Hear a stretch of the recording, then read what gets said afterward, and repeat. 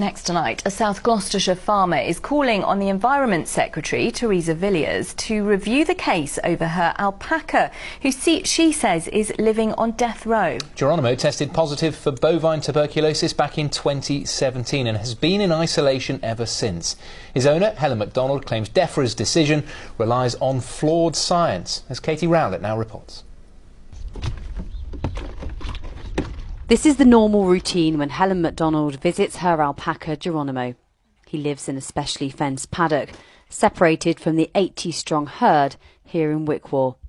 In 2017 he tested positive for TB and his life has been on hold ever since. I don't know any veterinary surgeon that would come and euthanize this animal on the basis of the evidence that DEFRA have, which is what, ifs and buts. They allege he caught it at a show in New Zealand 5 years ago, and we've shown that he didn't. The test has to be wrong.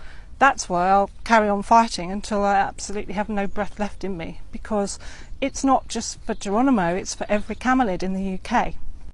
Helen believes Geronimo is paying the price and has been wrongly diagnosed, and that DEFRA is trying to kill a healthy animal.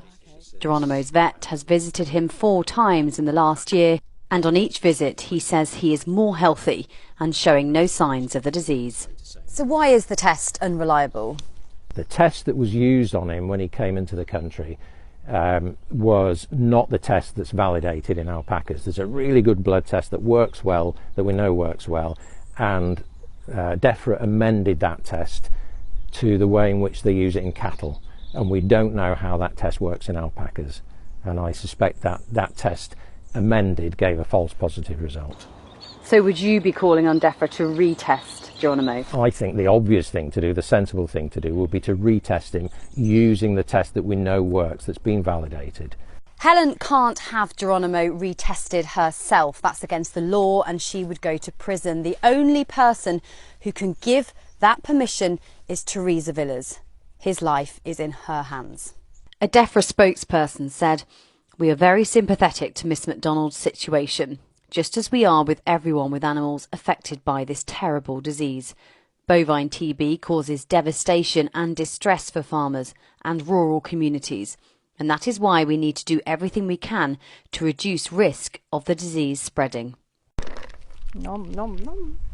Helen hopes that by spreading Geronimo's story it will help to save him, and that one day he can join his friends who chew on the long grass in the paddock next door. Perhaps even live up to his Native American namesake and take a last stand against officials who have been trying to put him to sleep. Katie Rowlett, ITV News, Wickwar.